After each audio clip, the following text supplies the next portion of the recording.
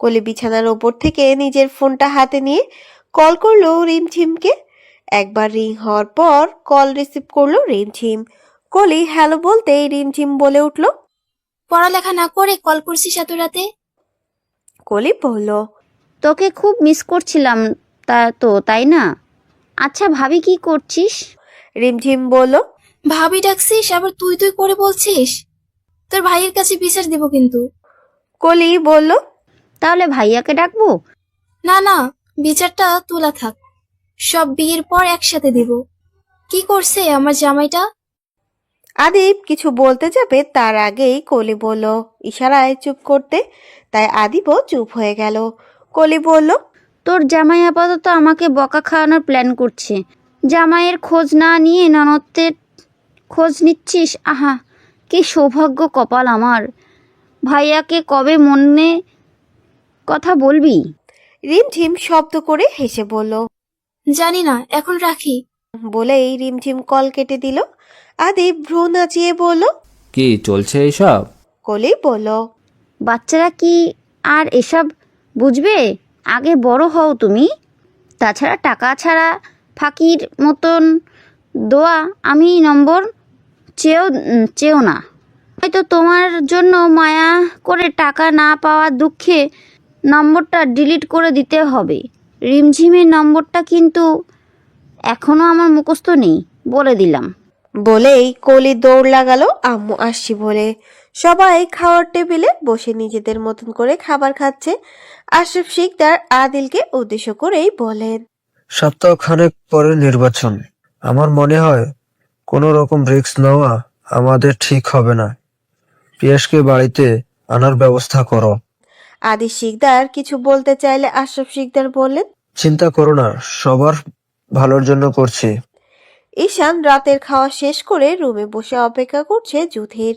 জুথি শাশুড়ির সাথে সবকিছু গুছিয়ে রেখে তারপর রুমে আসলো। ঈশান বিছানায় শুয়ে জুথিকে দেখছে আর মুচকি মুচকি হাসছে। জুথি হাত মুখ ধুয়ে মাথায় চিরুনি চালাতে গিয়ে লক্ষ্য করলো ঈশান হাসছে। তাই জুথি চিরুনি রেখে হাত খোপা করে এগিয়ে গেল ঈশানের দিকে। বিছানায় গিয়ে বসলো ঈশান এর এক পাশে আর বলল, আমাকে দেখে এইভাবে হাসতেছেন কেন? আমাকে দেখে কি আপনার জোকার মনে হয়? ঈশান মাথা নেড়েই বলল, একদমই জোকারের মতো লাগছে না, পরীর মতো লাগছে আমার বউটাকে। আমার কিউট বউটা, পুরো কিউটের ডিব্বা লাগতেছে তোমাকে। কিউটের ডিব্বাও হয় আবার কেমন? ঈশান কপাল কুঁচকে বলল, হাও, সব কিছুরই ডিব্বা হয়। বাই দ্য ওয়ে, সকালে তোমার কিছু হয়েছিল? জুথি ভেবে বলল। কিছুই হয়নি তো। ঈশান বলল, তাহলে ওই রকম লজ্জা পেয়ে কমফোর্টের নিচে চলে গেলে কেন? ও, মনে পড়েছে। জুথির আচমকা মনে পড়েছে কথাটা শুনে ঈশান বড় হা করে তাকালো। সাথে সাথে জুথি লজ্জা পেয়ে হাত দিয়ে মুখ লুকালো। ঈশান উঠে গিয়ে জুথির মুখের সামনে থেকে হাত সরিয়ে কপালে একটা চুমু দিয়েই বলল, মনের মিল তো হয়ে গেছে, এবার না হয় নিঃশ্বাসে নিঃশ্বাসের মিলটাও হয়ে যাক। বলেই ঈশান এক টানে জুথিকে নিজের বুকে টেনে আনলো। জুথিও টানের গতিবেগ সামলাতে না পেরে সোজা গিয়ে পড়লো ঈশানের বুকে। ঈশান জুথির মুখের ওপর পড়া এলোমেলো চুলগুলোকে সরিয়ে দিয়ে ঠোঁট ডোবালো জুথির ঠোঁটে। ঈশান জুথির কোমর টেনে নিজের কোলে তুলে নিল। জুথি শক্ত করে টেনে ধরলো ঈশানের শার্ট। বেশ কিছু মিনিট পর ঈশান ঠোঁট ছেড়ে মুখ ডোবালো জুথির উন্মুক্ত ঘাড়ে। দুজনের নিঃশ্বাস ওঠানামা করছে প্রতিনিয়ত। ঈশান জুথিকে বিছানায় শুয়ে দিয়ে জুথির ওপর উঠে পড়ল। জুথি কাঁপা কাঁপা গলায় বলছে, প্লিজ সরুন। ঈশান কোনো রকম নিজের শার্টটা খুলে ফেলে মুখ ডোবালো জুথির ঘাড়ে। বুকের ওপর ওড়নাটাকে একটানে খুলে ফেলে দিল দূরে কোথাও। নিঃশ্বাসের প্রতিটি ছোঁয়া বলে দিচ্ছে তারা ঠিক একে অপরের কতটা কাছে। ঈশান এলোমেলো হাতে জুথির জামাগুলোকে খুলে ফেলল। জুথি যেন এসবের জন্য একদমই প্রস্তুত ছিল না। ঈশান জুথির উন্মুক্ত শরীরের প্রতিটি স্থানে গাঢ় চুমু এঁকে দিল। জুথি খামচে ধরল ঈশানকে।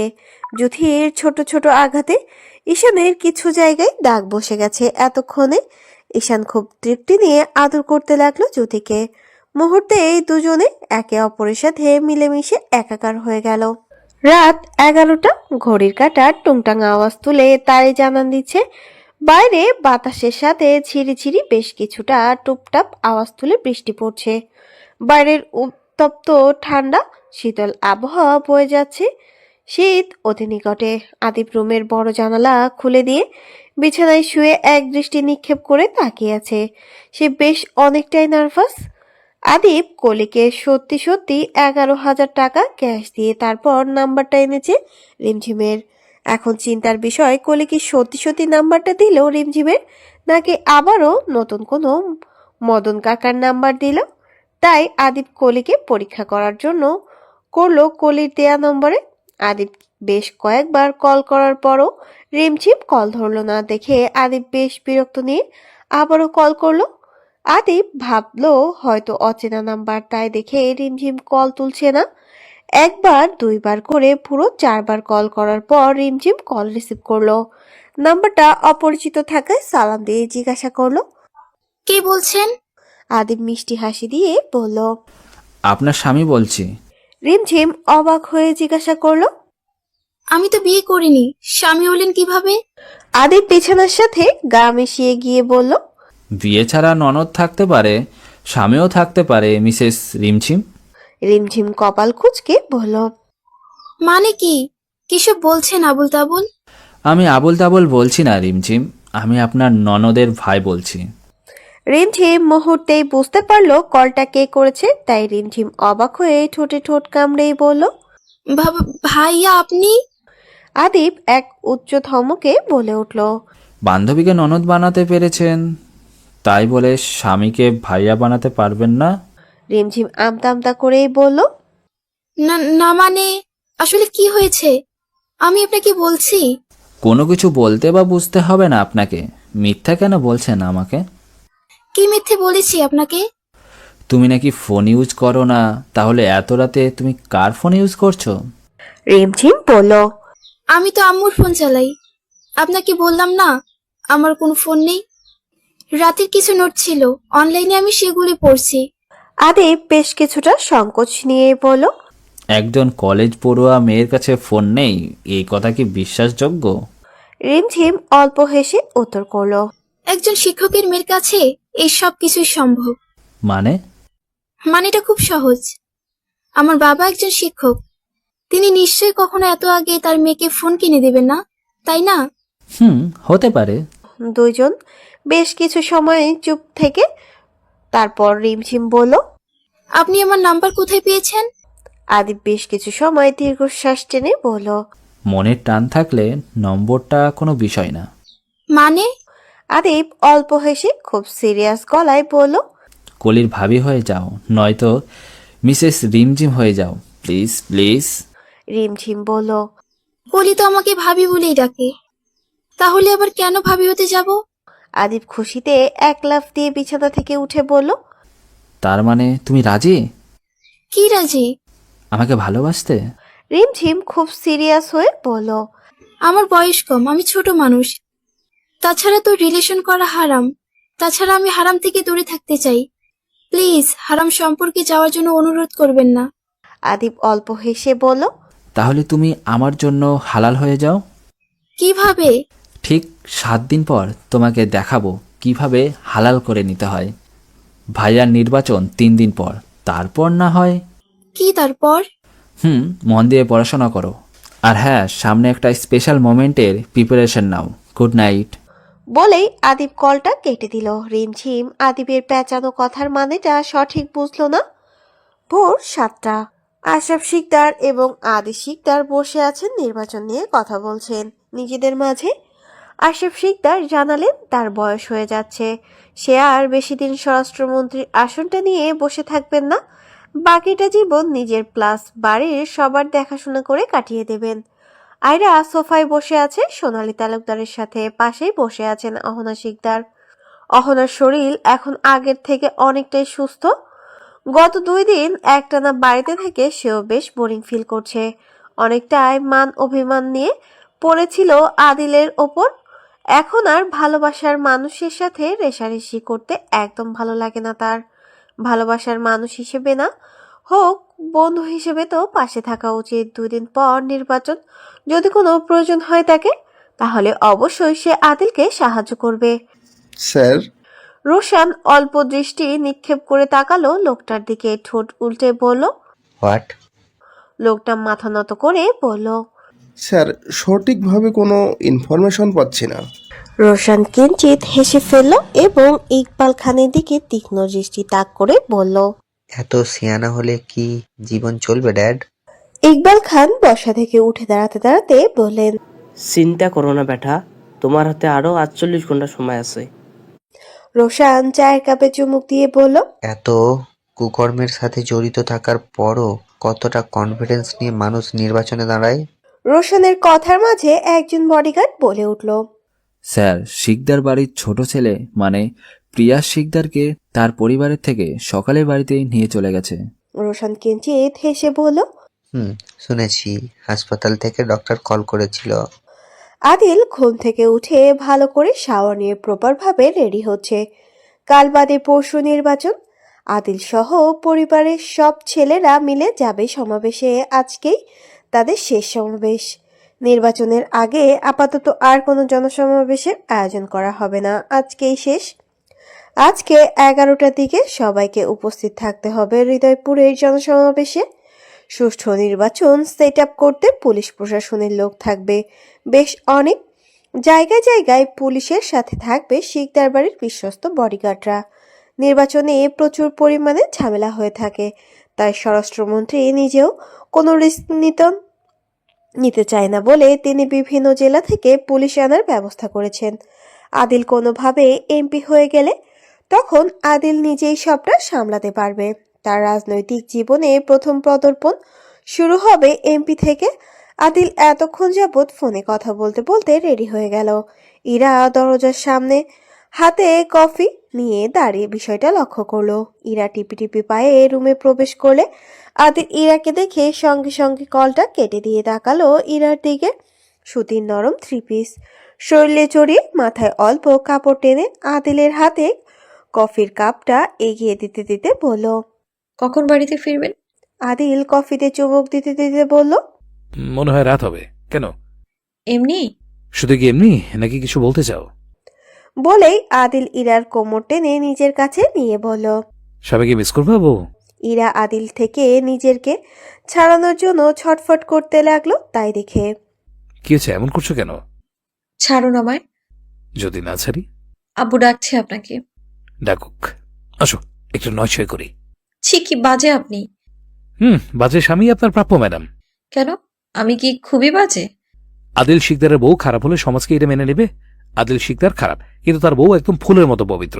ফুলের গায়ে কলঙ্ক লেগে থাকতে পারে, কিন্তু আমার বউয়ের গায়ে কোনো কলঙ্কের ছিঁড়া ফোটার রেশও নেই মাত্র। ভালোবাসি বউ, ভীষণ ভালোবাসি তোমাকে। ইরা লজ্জায় লাল হয়ে গেল। আদিলের এরম লাগামহীন কথা শুনে ইরা নিজের কোমর থেকে আদিলের হাত সরানোর ব্যর্থ চেষ্টা করতে লাগলো। ইরার এমন ছটফটানি দেখে আদিল ফের আবারও বলল। সমস্যা কি তোমার, এমন ছটফট করছো কেন? ছাড়ুন আমায় প্লিজ। আদিল ইরাকে আরো কাছে টেনে বুকের সাথে মিশিয়ে দিয়ে বলল। তোমাকে ঠিক আমার এত কাছে চাই, যতটা কাছে আসলে এক চিলতে পরিমাণ বাতাসও বেরিয়ে যাওয়ার মতন জায়গা খুঁজে না পায়। আদিল যেন খুব কষ্ট নিয়ে কথাটা বলল ইরাকে। ইরা নিজেরকে বেশ কিছুটা অপরাধী মনে করলো, তাই ইরা আদিলকে উদ্দেশ্য করে বলল। আমি একটু ঠিক হয়ে নিই, তারপর না হয়। ইরা বেশ লজ্জা নিয়ে কথা বলতে দেখে আদিল ইরাকে আরেকটু লজ্জায় আড়ষ্ট করতে অল্প হেসেই বলল। তারপর না হয় কি বউ? ওই যে আপনি বললেন। কি বললাম বউ? কিছু না, ছাড়ুন আমায়। আদিল অল্প হেসে বলল। বিয়ে হয়েছে মাসখানেকের উপরে, এখনো সেই প্রথম দিনের মতন এত লজ্জা পেলে চলবে? ইরা চুপ করে দেখছে আদিলকে। ফর্সা চকচকে শরীরের চামড়া, প্রপার ড্রেস আপে বেশ মানানসই সুদর্শন পুরুষ লাগছে আদিলকে।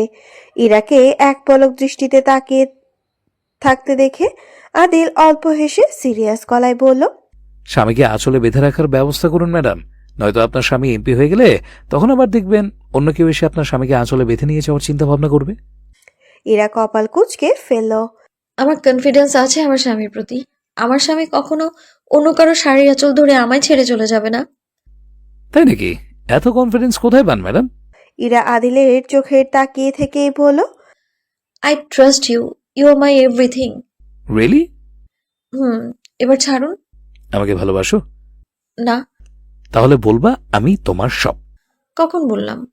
কিছু মিনিট আগে। মনে নেই, ভুলে গেছি। আদিল দীর্ঘশ্বাস টেনে বলল। কথায় কথায় পাল্টি খাওয়ার জন্য আমার বউই সেরা রে। আদিল যেন এবার কপাল কুঁচকে বলল, এইভাবে ধরে রাখলে জনসভায় যাবো কিভাবে? ছাড়ো আমাকে। এত প্রেম প্রেম পায়, রাতে বললেই পারো। ইরা কপাল কুঁচকে ফেলল। ইরা আদিলের চোখে তাকিয়ে থেকে বলল। আদিল দীর্ঘশ্বাস টেনে বলল। আদিল যেন এবার কপাল কুঁচকেই বলল। ইরা বিশাল অবাক হলো। কে কাকে ধরে রেখেছে, সেই কখন থেকে বলছে তাকে ছাড়ার জন্য। তাকে তো ছেড়ে দিলই না, বরং একটা অপবাদ দিয়ে দিল। এটা কোনো কথা? ইরা মুখ বাঁকিয়ে বলল। শুধু শুধু আমাকে মিথ্যে অপবাদ দিবে না। আমি আপনাকে ধরিনি, আপনি ধরে রেখেছেন আমাকে। প্রেম প্রেম আপনার পেয়েছে, আমার নয়। আদিল ইরাকে উল্টো ঘুরিয়ে পেটের ওপর হাত দিয়ে ঘাড়ে মুখ গুজে দিয়ে বলল। তোমার প্রেম প্রেম পাওয়া আর আমার প্রেম প্রেম পাওয়া বিষয়টা একই হলো না? আমরা দুজনই তো এক, স্বীকার করে নাও। তোমারও প্রেম প্রেম পাই, I don't mind, please tell me now. Ira আদিলকে ধাক্কা দিয়ে সরিয়ে দিয়ে বলল। আমি অসুস্থ ইডিয়েট, আপনি আসলেই বাজে। বলেই ইরা দৌড় লাগালো। আদিল বাঁকা হেসেই বলল। পৃথিবীতে সব স্বামীরাই ইডিয়েট হয় বউ। তুমি সুস্থ হয়ে যাও, তারপর তোমাকে আমিও দেখাবো স্বামীরা ঠিক কতটা বাজে আর ইডিয়েট হয়। আদিল পকেট থেকে ফোন বের করে কল করলো ঈশানের নাম্বারে। আজকাল ভীষণভাবে প্রয়োজন পড়বে ঈশানকে। সাথে আদিব, রিফাত, আশরাফ শিকদার, আদিল শিকদার, আরো বেশ অনেক লোক থাকবে। বিশেষ করে বডিগার্ডের সংখ্যা থাকবে অগণিত। ঈশানকে কল করার বেশ কয়েক মিনিট পর ঈশান ঘুম ঝরানো কণ্ঠে বলে উঠল। সকাল সকাল ফোন দিয়ে ডিস্টার্ব করার জন্য আমার বন্ধু আদিল শিকদার বিশ্ব সেরা। আদিল কপাল কুঁচকে ফেলল। হুপশালা, সময় দেখ কয়টা বাজে। প্রতিদিন তো ঘুমাই, কিন্তু আজকে ঘুমাইতে পারি নাই। কেন, ডাকাতি করতে গিয়েছি? ঘরে বউ রাখার থেকে ডাকাতি করা ভালো। মানে? কালকে তো তোর বাংলার ভাষার মায়েরে 9-6 করে দিচ্ছে। মানে? আরে মুখ্য বাসর করছে। আদিল কপাল চাপড়াতে চাপড়াতে বলল। কি করে সম্ভব? তুই তো আমার পরে বিয়ে করলি, তাহলে আমাকে রেখে বাসর করলি কিভাবে? তুই শালা বন্ধু নামের কলঙ্ক। কেন বন্ধু, তোমাকে নিয়ে বাসর করার কথা ছিল। আদিল কপাল কুঁচকে ফেলল। শালার কপাল, বলি একটা শুনিস আর একটা, জীবনটা পুরো পান্তাভাত করে দিলি। সেই স্বাদ। কি? পহেলা বৈশাখে পান্থা দিয়ে ইলিশ। পাত্রী দেখ, বিয়ে করব, যদি কোনোভাবে অন্তত তাড়াতাড়ি বাসরটা করতে পারি। বিয়ে মানেই প্যারা, আর বিয়ে করিস না বন্ধু। এক রাতে কি অবস্থা বন্ধু? হারবাল খা, রিল্যাক্সে। ঈশান এবার ধপাস করে রেগে গিয়ে বিছানা থেকে উঠে বসলো। তোর কি আমাকে দুর্বল মনে হয়? হতে পারে, তবে তুই চাইলে আমি বিদেশ থেকে তোর জন্য ভালো প্রোডাক্ট অর্ডার দিয়ে আনিয়ে দেবো না। বাই দ্য ওয়ে, কিছুক্ষণ পর বাসায় চলে আয়। ঈশান রাগে কটমট করতে লাগলো। আদিলের বাচ্চা। আশরাফ শিকদার রেডি হয়ে ড্রয়িং রুমে বসে আছেন, অপেক্ষা করছেন আদিল এবং আদিবের জন্য। অহনা শিকদার বেশ কিছুক্ষণ আগে রেডি হয়ে অফিসে চলে গেছেন। আদিল শিকদার রিফাতকে নিয়ে জনসমাবেশের উদ্দেশ্যে বেরিয়ে গেছেন ঘন্টাখানেক আগে। আদিব রেডি হয়ে বসে আছে আশরাফ শিকদারের সাথে। আশরাফ শিকদার আদিবকে উদ্দেশ্য করে জিজ্ঞাসা করলেন, আদিল কোথায়? আদিব হাত ঘড়ি থেকে সময়টা দেখে নিয়ে বলল, রুমে আছে, চলে আসবে কিছুক্ষণের ভেতরে। আদিবের কথা শেষ করার আগেই আশরাফ শিকদার ওপরের দিকে তাকাতেই দেখেন আদিলকে, তাই আদিলকে উদ্দেশ্য করে বলে উঠলেন, এত লেট করলে চলবে না মাইসান, আজকেই শেষ সমাবেশ। আদিল সিঁড়ি থেকে নিচে নামতে নামতে আশরাফ শিকদারকে উদ্দেশ্য করেই বলল। তোমরা এখনো যাওনি ড্যাড? আশরাফ শিকদার মুখটাকে গোমরা করে ফেলল। তোমার কমন সেন্স দেখে আমি অবাক হয়ে যাচ্ছি মাইসান।